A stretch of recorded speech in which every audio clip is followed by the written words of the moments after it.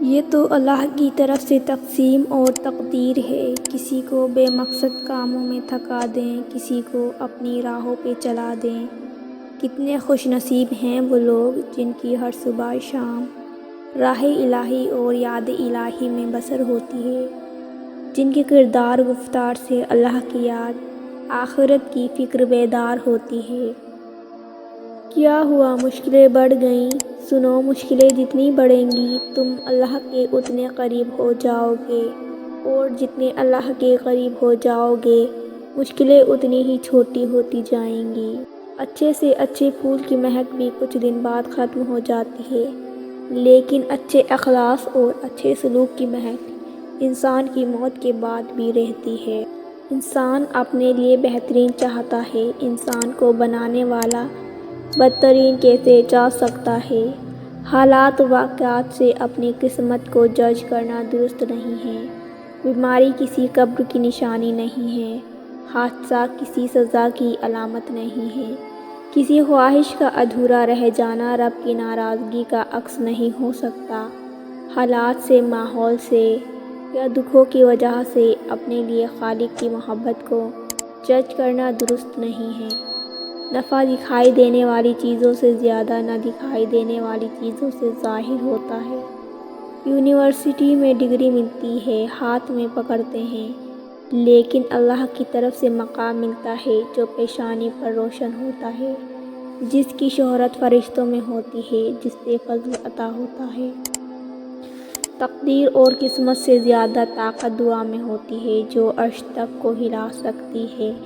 دعا وہ طاقت رکھتی ہے کہ جو آپ کے نصیب میں نہیں ہے اسے بھی آپ کا کر سکتی ہے، اور اگر آپ کو لگے کہ کوئی چیز تقدیر میں نہیں لکھی تو پھر بھی دعا کرنی چاہیے، کیونکہ تقدیر کے سامنے ہم بے بس ہیں، تقدیر لکھنے والا نہیں۔ اور دعا تو تقدیر کو اس وقت بھی بدل سکتی ہے جب وہ فیصلہ اللہ کے کن کے مراحل میں داخل ہو چکی ہو۔ صبر سے مت اکتائیں، اگر اللہ چاہتا ہے تو پلک جھپکنے میں آپ کی خواہش پوری کر دیتا ہے۔ اس سے آپ کی امید اور فکر کے آنسو پوشیدہ نہیں، وہ ہر اس درد سے واقف ہے جو آپ کے دل میں کسی چنگاری کی مانند اٹھتا ہے۔ وہ جانتا ہے کہ کئی راتیں آپ نے روتے گزاری ہیں، وہ آپ کی حالت کو ٹھیک کرنے پر قادر ہے، جلد ہی وہ آپ کے لیے معجزہ کر دے گا، لیکن یاد رکھیں کہ وہ ان لوگوں سے محبت کرتا ہے جو بار بار دعا مانگتے رہتے ہیں۔ اس بات سے انکار نہیں، کبھی کبھی واقعی آزمائش بہت سخت ہوتی ہے، گھیراؤ تنگ ہوتا ہے اور دل مایوس ہو جاتا ہے، مگر یقین جانیے آپ کا رب اس طرح کے حالات میں آپ کے اور زیادہ قریب ہوتا ہے۔ اس کو علم ہوتا ہے کہ اس کے بندے کو ضرورت ہے اس کی، بس اپنے مسئلے اللہ کو بتانے کی اور پھر مطمئن رہنے کی عادت ڈالیں۔ اللہ تعالیٰ نے دعا کے ذریعے ہی آدم علیہ السلام اور حوا کو ملوایا تھا۔ یقین رکھیں وہ آپ کے ادھورے قصے بھی کبھی نامکمل نہیں چھوڑے گا۔ بات نیت کی ہوتی ہے، کوئی کعبہ سے بھی خالی لوٹتا ہے اور کوئی گھر بیٹھے رب کو پا لیتا ہے، کیونکہ معجزے توکل کرنے والے دل کے لیے ہوتے ہیں۔ صبر بس کن کہنے سے پہلے کی آزمائش ہوتی ہے۔